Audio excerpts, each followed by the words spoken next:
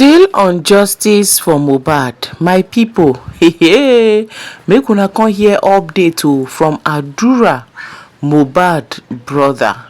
According to am, he say on that fateful day after the show wey dem come out, he observe say one or two plenty noise dey come out from inside Mohbad room, wey dey obviously mean say no be only Mohbad and Wunmi dey inside that room, say another person join them. But the question wey me I wan ask now be say, how did the person get to that room wey Adura no know, and wetin cause the RIP of Mohbad? See story don kpororo, everywhere don burst. My people, make una come hear updates, because this one, it is so very shocking, so very deep, coming from Adura Gbemi.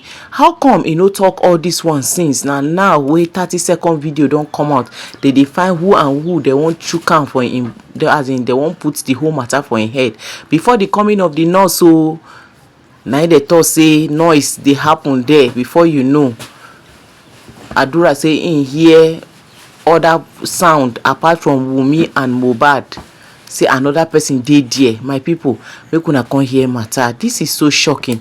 You're about to hear what you have not heard before, another confession. But before then, I still remember una humble girl Case. Now me dey bring una latest of all legit info. If you never subscribe to this channel, make una dey help us to subscribe, hit on notification bell so they go notify you anytime we will drop latest ogbonge tori like this. Let's go there, guys. Adura sọ statement pé tí ẹ bá gbọ́ Adura sọ̀rọ̀ kan pé nínú fídíò tí ó wà lọ́wọ́ àwọn yẹn 10 minutes ni ó ní Mohbad àti Wunmi àti ènìyàn kan ló wà níbẹ̀. Ta ni ènìyàn kan yẹn? Now, ta ni ènìyàn kan tó wà nínú ilé níjọ́ yẹn? Àmẹ́ni tó jẹ́. Ta ni ènìyàn kan? Ta ni ènìyàn kan tó wà nínú ilé? Ṣé kìí ṣe pé ẹni tí tó náà sọ pé Wunmi make call nínú mọ́tò wọ́n ló make call? Ṣé kìí ṣe pé ẹni tó make call yẹn òun ló wà nínú ilé? Àbí lára àwọn tí wọ́n jọ ń gbénú ilé? Àbí lára àwọn tó jọ ń gbénú ilé náà ni èèyàn kan yẹn tí wọ́n jọ wà ńbẹ̀ tó jẹ́ wípé ikú Mohbad yẹn, torí èèyàn kan, torí à ń gbọ́ ariwo tó pọ̀ ńbẹ̀ yẹn, ariwo wà ní ìsàlẹ̀, but ta lẹ́nìkan tó tẹ̀lé wọn wọnú yàrá? Ta ni ẹnìkan tó tẹ̀lé Wunmi àti Mohbad wọnú yàrá lọ kó tó di pọ́n padà gbọ́ ariwo Mohbad pé Wunmi push ẹ̀ àbògùn ní nǹkan àbóṣe ní kankan nínú ilé kó tó di pọ́n pé nurse?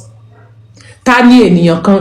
Now, ènìyàn kan yẹn ṣé kìí ṣe bàbá ọmọ? Ènìyàn kan yẹn ṣé kìí ṣe ẹni tó ń jẹsẹ̀ Wunmi?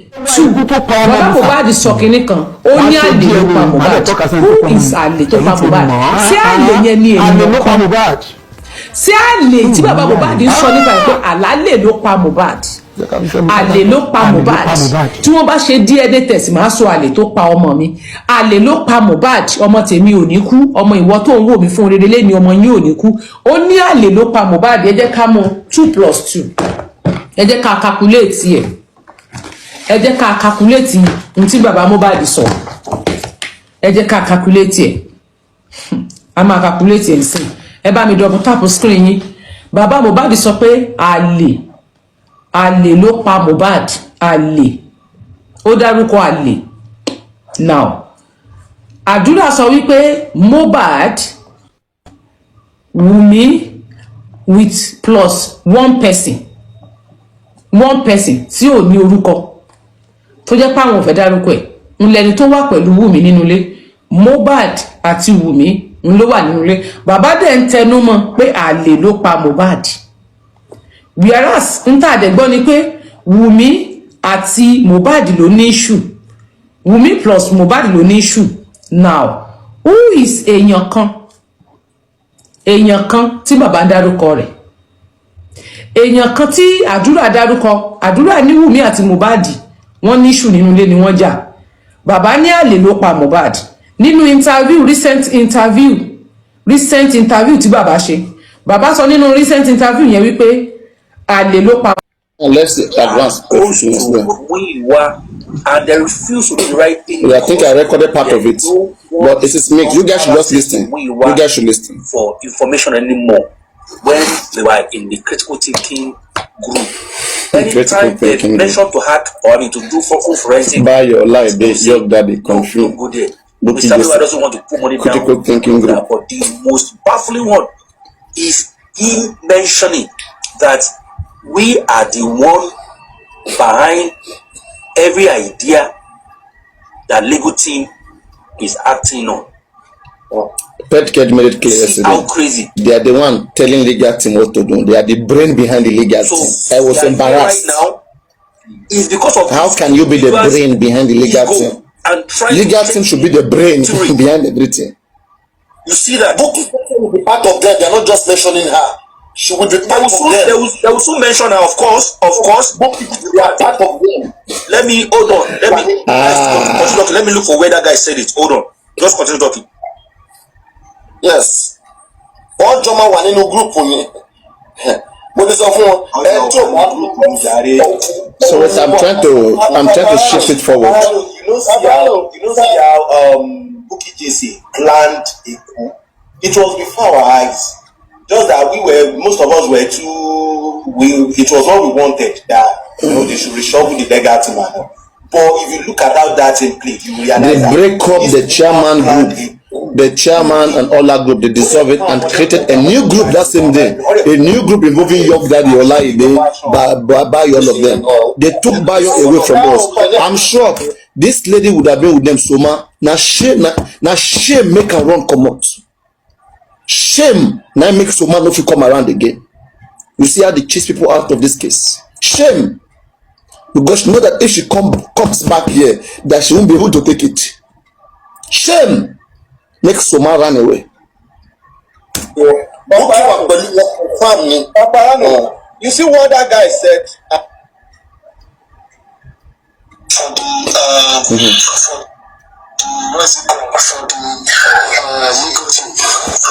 Critical thinkers is the one reminding them not to do this, not to do that before the now this is where for them do not. I know around there Lagata said something. It's coming forward. Let's listen. I hope so. They will now started sending me woman is by one so by. I was not like, really? Why would the woman say they're in a group? You know, and I said I'm going to get to the root of that matter. Because I don't like when people go about lẹ́yìn kó ló máa sọ̀rọ̀ mi lẹ́yìn kó máa castigate me. I don't do that. You understand? I don't do that. Òtítọ́ nìkan ló máa ń lékè, irọ́ ò kí ń lékè. And that is why I'm putting it out today. What as critical thinker? We were not the one that formed to the group. I was called. In fact, date of entry me, èmi ni last person láti join. Ẹni tó ní group yẹn, ẹni tó ní platform yẹn ó bẹ̀ mí tì sẹ́. When I joined, I didn't speak for over 2 months on the group. Because I'm always being careful. But when I realized that the group, they were just about justice. They were thirsty. They talked about the phone forensic. Also, nípa justice for Mohbad. There is nothing that this group did not discuss.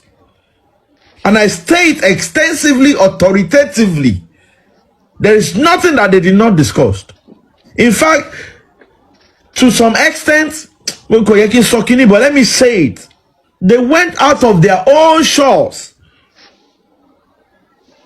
to see how possible any of the phone in that house could be hacked.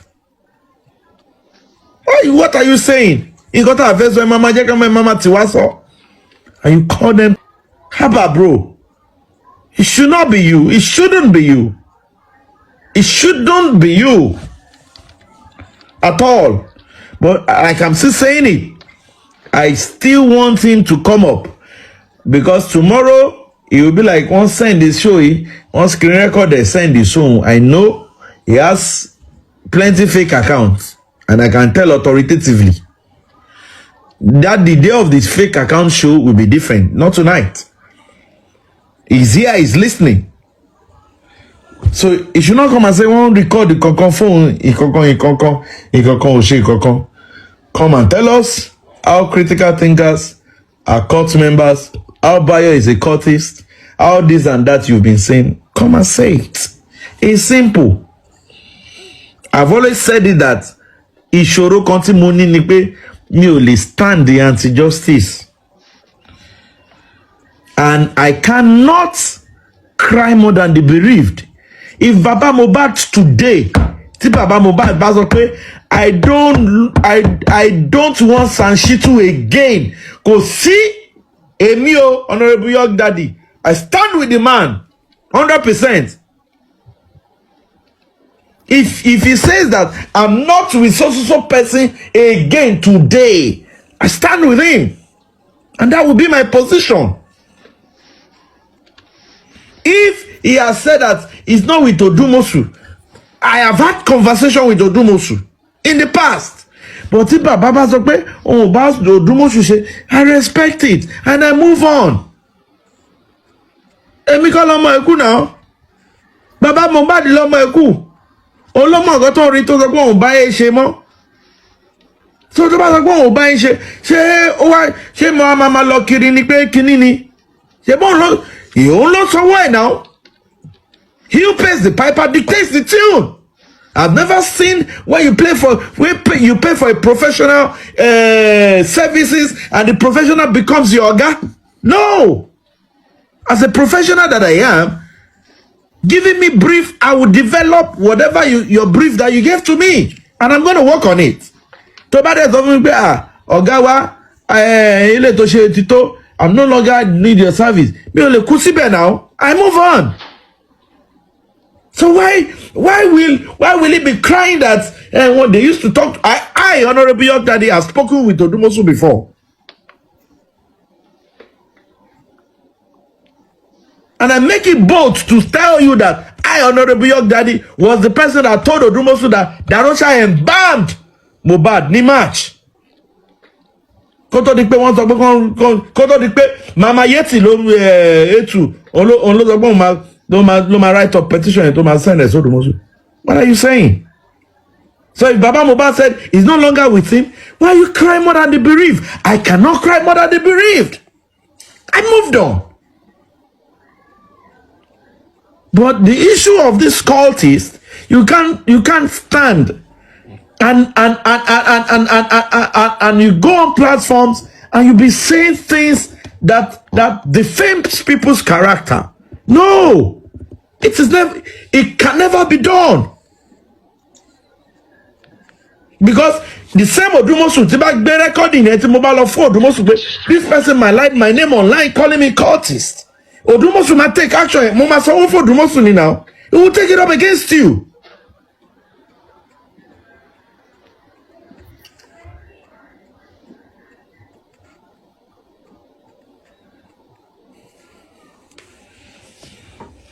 And I keep on saying it. Me anybody make I on my make una see my face. Yeah? Make una see my face. Make una see my face. You see me, also èmi mo máa inherit enemy. Èmi máa inherit enemy because you can never be Baba Mohbad's enemy and I will be your friend. Not on Justice for Mohbad. That's where your loyalty stands. 100%. I'm fucking loyal, man. Mo máa inherit enemy. I can never be a friend to my brother's enemy. Ọ̀dàlẹ̀ máa ń bálẹ̀ lọ ni wọ́n máa I ń would bálẹ̀. never do that. Yeah. I can never be a friend to my mother's enemy. Ayé. Oh, possible. I would never do that. And I keep saying it. This is where I, Honorable York Daddy, this is where I stand. And nobody, no could see any no say. I know how many times I was caught on Westo issue. I know how many times she on your love Sonny. You're supposed to get somebody that will print out Westo statement of account. Westo no buy. What other crap for? I'm not gonna go into that. I believe a man that you are, you should own up. If you have any issue, don't do all those nonsense you are doing, bro. No, more respected you gbogbo nǹkan tó ń ṣe lọ yẹn. Those are things we started saying. Coming up saying that you don't drag this on, you're not betting money. Ta ló kọ́kọ́ fún Weston tó fẹ́ fún Weston pa lórí Black App. I should quote the dates again. When Weston was when they were choking Weston, who was the brain behind it? I'm not going to go to that route, but this is simple. You can't be calling people, addressing people that they are cultists, maligning their name, defaming them online, and you don't have proof. If it's the issue they've done is that they drafted the emails that was sent by most people on justiceformohbad to Pennsylvania email. And I knew I can go back to memory lanes and tell you how that email came about. I know who I discussed with in the group. I know the person referenced to, and I know when it was done, it was referred to the critical thinkers, and everybody sent it out. When they bombarded, immediately that day, I still have a voice conversation to solve. We've gotten enough mail from this on this issue, on this topic. Ibẹ̀ kọ́ láti rí limelight pé kò sí nǹkan tó ń jẹ́ Mohbad níbẹ̀ ni kó tó di pé wọ́n ṣe protest tán ṣe. If people have come out, spend their money putting up back to back what's it called, online, back to back, okay, Vanguard ìṣẹ̀lẹ̀, Independent ìṣẹ̀lẹ̀, Punch, that's them. The family of Alobas regards them. Why are you addressing them? What have they done wrong? It is sad. Lagata, now you they do all this thing. It is sad. Very sad. And I ask myself a question. When you did protest back to back in London, we were communicating. York, blah blah blah. And I told you, Baba, you got to fix it easy. In fact, that morning I was calling you to Alpha, blah blah blah. I was following up. What do you want me to do? I have to work. If you fix protest the day I'm working, you will officially me now. Because the protest is not going to pay my bills 100%. That's the truth.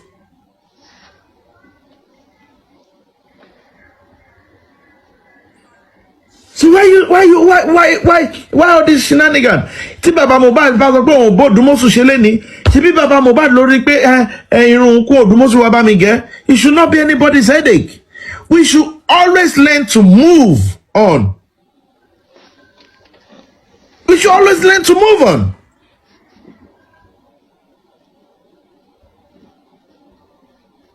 I don't get benefit from UK government. I'm proud to say that. I don't live on benefit. I work. I go to work. You live in UK now.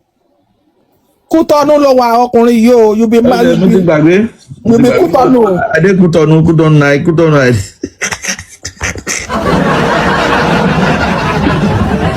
You know, it's just sad. Tó yẹ pé gbogbo ìgbà tó ń gbé gbèsè yẹn, we were supporting you. We never said no. This is why. No, we were supporting you. I understand. I will address the critical thinkers. I will what have they done? What have they done wrong?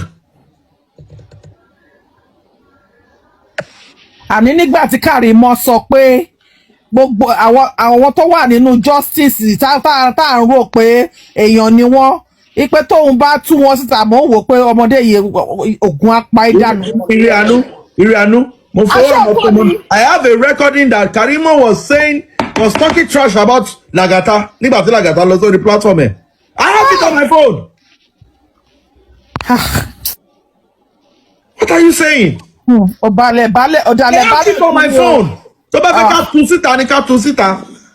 I can anything. I am saying it authoritatively.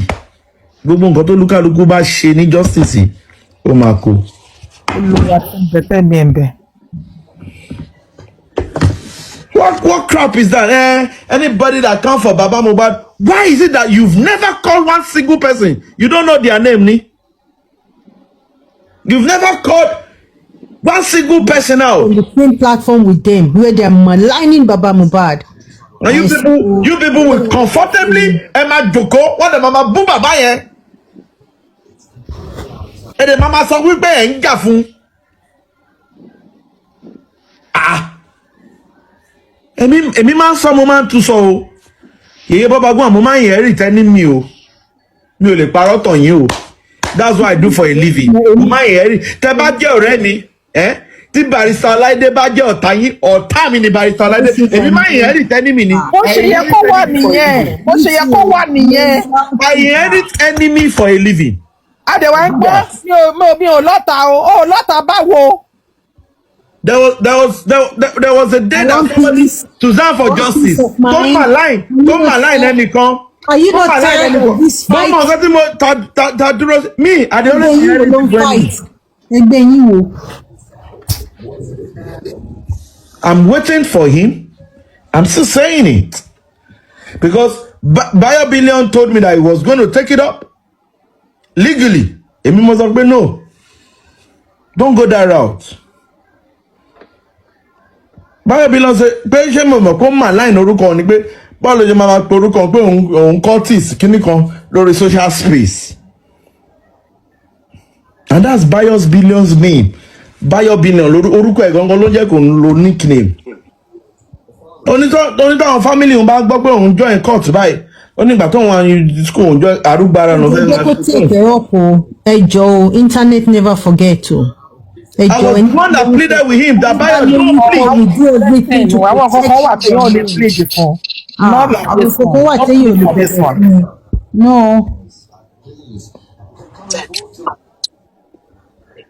I mean, sorry.